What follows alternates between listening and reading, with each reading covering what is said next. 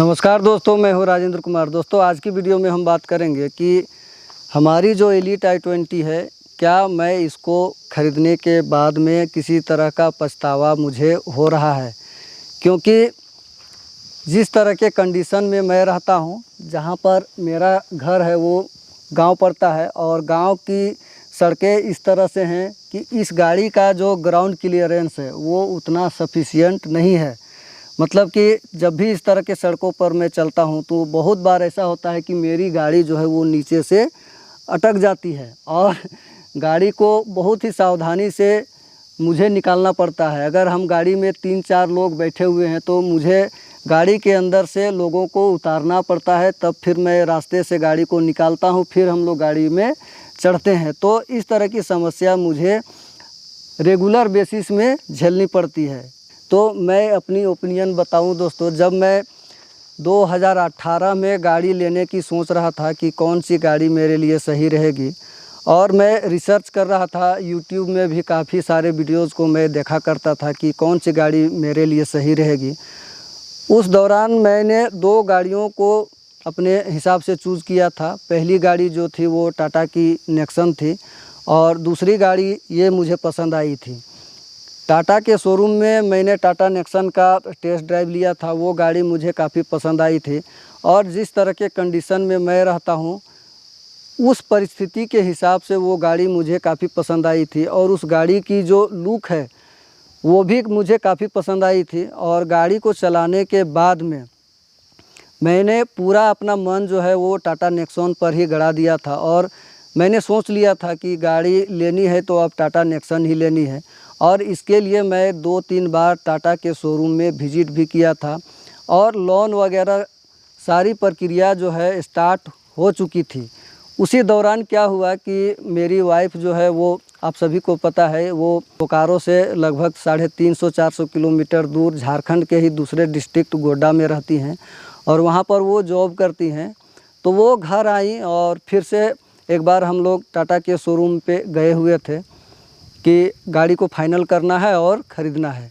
फिर क्या हुआ कि टाटा के शोरूम से निकलने के बाद हम लोग चाय पीने के लिए एक ढाबे पर गए और ढाबे से जस्ट थोड़ा सा आगे में जाकर के hyundai की एक शोरूम है, वत्सल hyundai। ये रामगढ़, हमारे यहाँ रामगढ़ एक ज़िला है और शहर है, वहाँ की मैं बात कर रहा हूँ। तो वत्सल hyundai हम लोग ऐसे ही चले गए। तो जब वहाँ पर हमने गया और इस गाड़ी को हमने देखा, एलीट i20 को हमने देखा, देखने के बाद में इस गाड़ी की जो कुछ ऐसी चीज़ें हैं जो हमें काफ़ी पसंद आई। चाहे इस गाड़ी की हम आगे से फ्रंट लुक की बात करें, चाहे साइड लुक की बात करें, चाहे गाड़ी का पीछे की लुक की बात करें, हर तरफ से ये गाड़ी जो है मुझे और मेरी वाइफ दोनों को पसंद आने लगी। फिर इस गाड़ी के केबिन के अंदर में जैसे ही हम लोग गए और बैठ कर के अपने बैठने के कंफर्ट को हम लोग चेक कर ही रहे थे, तो गाड़ी के अंदर की जो इंटीरियर है, इंटीरियर को हमने देखा और फिर उस गाड़ी को हमने टेस्ट ड्राइव लिया। और टेस्ट ड्राइव लेने के बाद में हमारे मन में काफ़ी कन्फ्यूज़न पैदा हो गया कि टाटा की नेक्सन लिया जाए या फिर hyundai की एलीट i20 लिया जाए। और उसके बाद फिर हम लोग घर वापस चले आए। उस दिन हम लोग कोई डिसीज़न नहीं कर पाए कि चलो आराम से घर चलते हैं और घर में जा कर के फिर से हम लोग विचार विमर्श करेंगे। तो दोनों शोरूम से हम लोगों ने समय मांगा और मैं घर चला आया। घर में आने के बाद में काफ़ी हम लोग जो है अपने में पति पत्नी विचार विमर्श करने लगे कि कौन सी गाड़ी सही रहेगी। हमारा जो कंडीशन है, रोड है, सड़कें हैं, परिस्थितियां हैं, उस हिसाब से टाटा नेक्सन हमारे लिए फिट बैठ रही थी। एक प्रीमियम कार की जो फील है वो हमें एलीट i20 में आ रही थी। तो हम लोग कंफ्यूज थे कि कौन सी गाड़ी हमारे लिए सही रहेगी। टाटा नेक्सन की ऑन रोड प्राइस जो है 7,50,000 पड़ रही थी और 7,62,000 में ये hyundai एलीट i20 का हमें आस्टा मॉडल मिल जा रहा था, जो कि सेकेंड टॉप मॉडल है। इसके ऊपर में आस्टा ऑप्शनल आती थी, उसमें एयरबैग की संख्या बढ़ जाती थी। इसमें हमें 2 एयरबैग मिलते हैं, उसमें एयरबैग की संख्या 6 हो जाती थी। और ये जो एलॉय आप देख रहे हैं ये गन मेटल में है, ये डायमंड कट में दिया जाता था, तो एलॉय और एयरबैग की संख्या जो है वो बढ़ जा रही थी। सेम प्राइस में हमें ये टॉप मॉडल लगभग गाड़ी मिल जा रही है, और टाटा नेक्सन जो है वो एक्सएम मॉडल में ही कंप्रोमाइज़ करना पड़ रहा है। बहुत सारे ऐसे फीचर्स हैं जो उस समय टाटा नेक्सन में स्टैंडर्ड नहीं मिलते थे। इसका इंजन उतनी पावरफुल मुझे महसूस उस समय नहीं हुई थी, लेकिन इंजन की स्मूथनेस, उसकी जो एनवीएच, केबिन का जो फिट एंड फिनिश और प्लास्टिक की क्वालिटी, सारी चीज़ जो है हमें प्रीमियम एहसास करा रही थी। टाटा नेक्सन की तरफ हमारा मन जो है ज़्यादा ललचा रहा था कि उसकी ग्राउंड क्लियरेंस अच्छी है, उसका इंजन जो है वो पावरफुल है, और हमारा जो कंडीशन है, जिस क्षेत्र में हम रहते हैं, उसके हिसाब से टाटा नेक्सन हमारे लिए फिट बैठ रही है। तो हम लोग एक्चुअल में डिसीजन नहीं कर पा रहे थे कि कौन सी कार हमारे लिए सही रहेगी, और इसी द्वंद्व में हम लोग एक सप्ताह जो है गुजार दिए। उसके बाद क्या हुआ कि इसी दौरान मुझे एक दिन रांची जाने का मौका मिला, और रांची जब हम गए तो जिस जगह मेरी काम थी रांची में, उसी के बगल में एक वहाँ पर रिपब्लिक हुंडई करके हुंडई का शोरूम था, तो वहाँ पर हमने विज़िट किया। और वहाँ पर जाने के बाद में वहाँ मैंने इस गाड़ी की कोटेशन वगैरह तैयार करवाई। और मैं आप लोगों को बताऊं कि ये गाड़ी उस समय जो है फेसलिफ्ट लॉन्च हुई थी। ये फरवरी में फेसलिफ्ट इसकी आई थी, और हम लोग इसको मई में ख़रीद रहे थे। तो इस गाड़ी को लॉन्च हुए लगभग 2 से 3 महीने का हुआ था। तो वो कह रहे थे कि सर हम आपको कोई डील नहीं दे पाएंगे, क्योंकि ये गाड़ी अभी लॉन्च ही हुई है। लेकिन हम अड़ गए थे कि नहीं, कुछ तो डील मिलेगा तभी हम गाड़ी को लेंगे। तो वहाँ पर काफ़ी मर मशक्क़त करने के बाद में, और काफ़ी वहाँ पर मर मुलाई करने के बाद में, देहात की भाषा में अगर यदि हम लोग कहें तो मर मुलाई करने के बाद में वो हमें कुछ डील देने के लिए तैयार हो गए। स्टार्टिंग में इस गाड़ी की ऑन रोड प्राइस जो है हमें 7,85,000 रुपये बताई गई थी। तो वहाँ पर हम नेगोशिएशन करते करते इस गाड़ी को 7,62,000 रुपये तक ले आए थे, और साथ में कुछ एसेसरीज वो फ्री में हमें दे रहे थे, जैसे स्टीयरिंग कवर, फ्लोर मैट, गाड़ी की जो कवर है वो फ्री में दे रहे थे।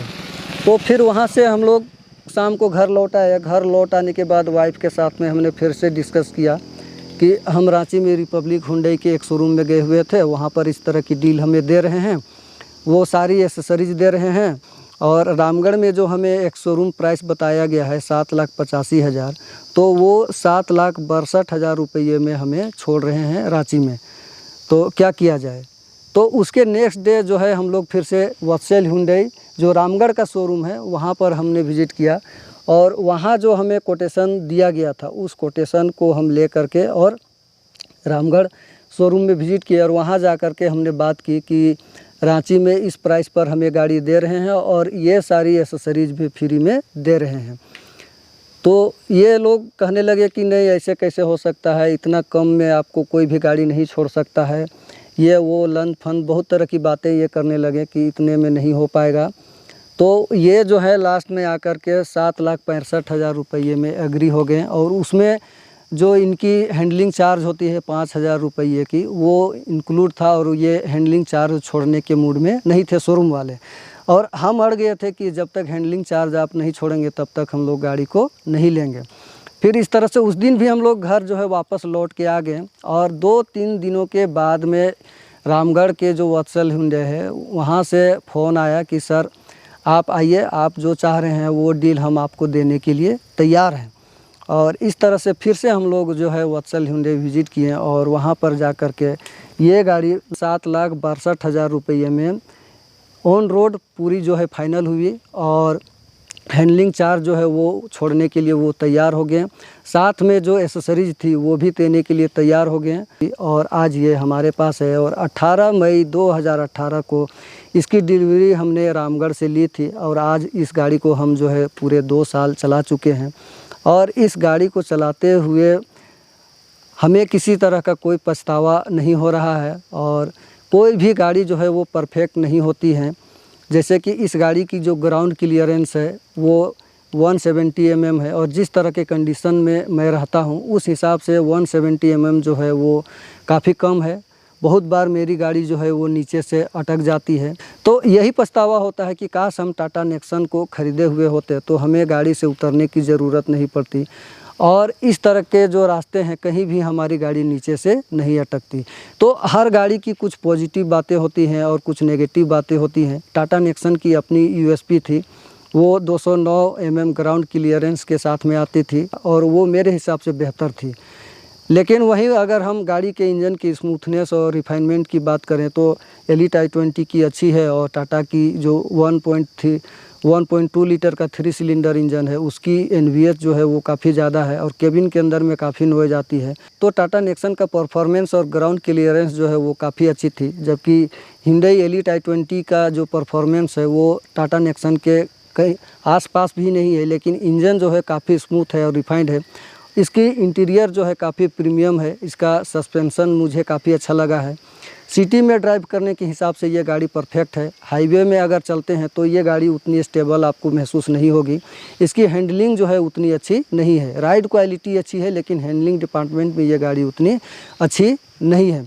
माइलेज की बात करें तो ओवरऑल माइलेज भी अच्छी खासी निकाल देती है। 16 से 17 किलोमीटर पर लीटर की माइलेज जो है हाईवे में आराम से दे देती है। सिटी की बात करें तो 13 से 14 किलोमीटर की आराम से माइलेज दे देती है। ये 1.2 लीटर की पेट्रोल इंजन है। तो ओवरऑल इस गाड़ी से मैं काफ़ी संतुष्ट हूँ। टाटा नेक्सन को नहीं परचेज़ करने के कुछ कारण रहे। बहुत से लोगों से हमने सुना था कि टाटा की जो सर्विस है वो उतनी अच्छी नहीं है। अगर आफ्टर सेल सर्विस ही किसी कंपनी की अच्छी ना हो तो किसी भी कार को ख़रीदने में जो बाइंग डिसीजन होता है वो उसकी सर्विस भी काफ़ी अहम रखती है। टाटा की सर्विस को ध्यान में रखते हुए भी हमने टाटा नेक्सन को वहीं पर ड्रॉप कर दिया। साथ ही टाटा नेक्सन जिस प्राइस पर मिल रही थी वो हमें XM मॉडल ही मिल पा रही थी। अगर हम उसी प्राइस की बात करें तो एलीट i20 का हमें जो आस्टा मॉडल है वो मिला, जो कि सेकेंड टॉप मॉडल है, जो लगभग हमें टॉप मॉडल की कार मिली है। तो ये भी फैक्टर रहे इस गाड़ी को ख़रीदने का और टाटा नेक्सन को छोड़ने का। और डेली लाइफ में सर्विस सेंटर उतना जाने की ज़रूरत नहीं पड़ती है, लेकिन कहीं ना कहीं सर्विस मैटर करती है और अगर किसी ब्रांड की सर्विस अच्छी होती है तो उसके कार सेलिंग में बहुत बड़ा इम्पैक्ट पड़ता है। मनुष्य का जीवन जो है कभी परिपूर्ण नहीं हो सकता है। हमारा जो मन है वो कभी भी संतुष्ट नहीं होता है, उसे और कुछ पाने की लालसा हमेशा से बनी रहती है। तो कभी कभी मैं सोचता हूँ कि अगर टाटा नेक्सॉन हम ख़रीदे हुए होते तो आज जो मैं कमियां महसूस कर रहा हूँ इस गाड़ी के साथ में, जैसे कि ग्राउंड क्लियरेंस, स्टेबिलिटी की, ब्रेकिंग की, ये सारे समस्या जो है उसके साथ में नहीं होते। लेकिन अगर वो गाड़ी मेरे पास होती तो उस गाड़ी की कमियां जो है मुझे फील कराती कि शायद मेरे पास एलीट i20 होती तो ये चीज़ जो है आज मेरे लिए अच्छा होता। जब आप एक नई कार ख़रीदने का सोचते हैं और कार ख़रीदने के लिए रिसर्च करते हैं, लोगों से जानने की कोशिश करते हैं, जब आप शोरूम को विज़िट करते हैं तो किस तरह के सवाल हमारे मन में आते हैं और किस तरह से हमने इस गाड़ी को ख़रीदा, ये मैंने आज आप लोगों को बताने की कोशिश की है और उम्मीद है कि आज का वीडियो आप लोगों को पसंद आया होगा। तो मिलते हैं इसी तरह के किसी नेक्स्ट वीडियो में, तब तक के लिए टेक केयर। जय हिंद, जय झारखंड, वंदे मातरम।